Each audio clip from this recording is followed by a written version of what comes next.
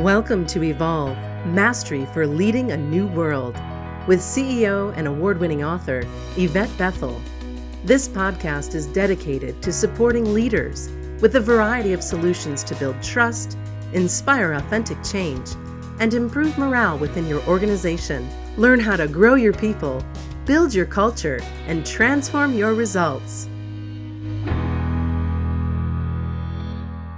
Welcome to Evolve, Mastery for Leading the New World.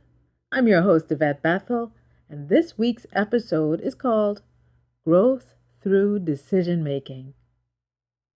There is a whole spectrum of possibilities when it comes to decision-making authority.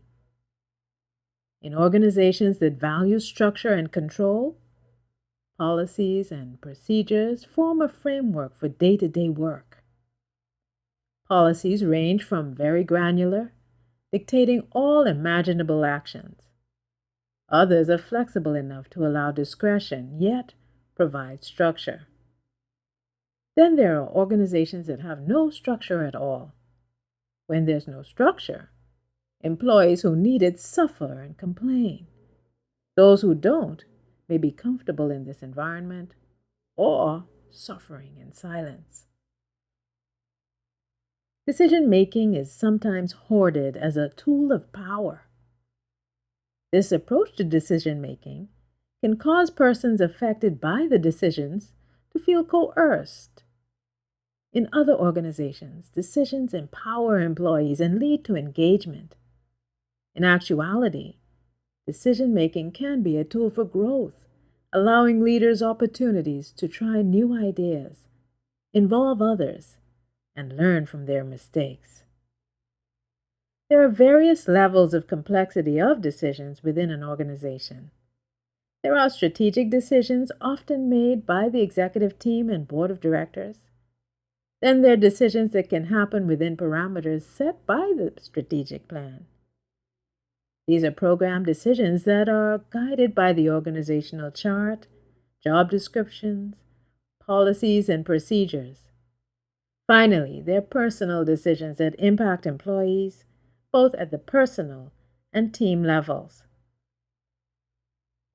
Situational leadership is important when it comes to decision-making because while some employees prefer to have decisions made for them, others prefer the freedom to make decisions for themselves and participate in decision-making for the team. Involving others in decisions is an invaluable practice, not only for the previously mentioned reasons, but also because when a decision maker is not directly involved in the process being decided upon, he cannot possibly consider all the important factors.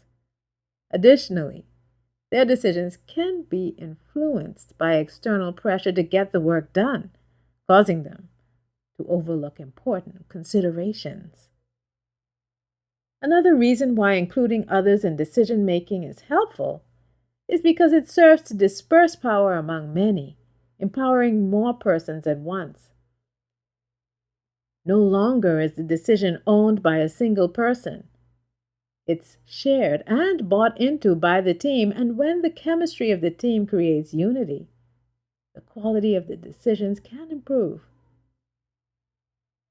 When the intentions of persons making decisions is to serve the greater good, this frees the organization from the grip of power games.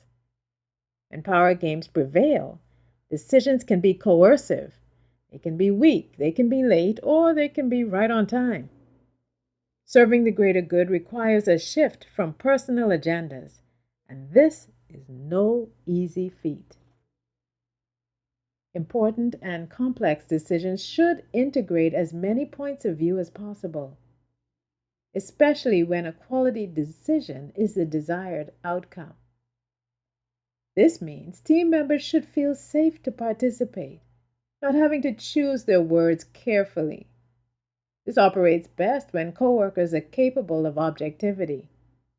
They don't allow emotion to cloud their judgment, nor do they become so devoid of emotion they cannot allow empathy into the situation. In other words, decisions should be balanced with just the right amount of empathy and objectivity. Leaders need cognitive skills for critical thinking, and critical thinking is an essential component of decision making. Building sound critical thinking skills can lead to powerful question generation, use of available information, assumption evaluation, and understanding of the implications of alternative actions. Overused critical thinking skills can lead to decision paralysis and bottlenecks. There are persons who have been praised or burned for making decisions. Others have been rewarded or punished for not making decisions. As a leader, decisions are unavoidable. Some are programmed by policies and traditions, and others are more complex, falling outside the scope of the familiar. When making decisions, the first step is to recognize the fact that you need to make a decision. While this may seem obvious, sometimes leaders don't perceive the opportunity, or sometimes they do, but they don't perceive that they have the power to impact the circumstances. The third category of persons perceive the opportunity and use it to drive progress.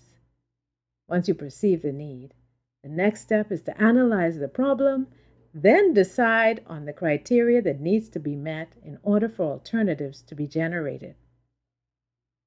At this stage, a decision can be made.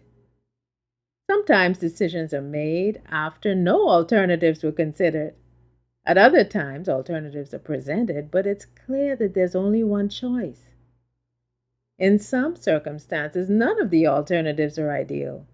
If this is the case, you can try to redefine the problem or criteria for success before settling for the best of substandard options. Decision-making cannot happen in a vacuum. Leaders should possess effective communication skills, ensuring decisions are clear and received at the right time with the right tone. Decisions should be presented in a way that's mindful of the equilibrium of the team, sustaining engagement and possibilities for growth. Thank you for joining me at Evolve Mastery for Leading a New World. Join me this and every Monday for a new episode. In the meantime, remember, making decisions is a path to your growth as a leader. Thanks for listening to Evolve Mastery for Leading a New World. Visit YvetteBethel.com to learn more about Yvette's leadership programs and to download her free gift, Success Tips for Igniting Your Career.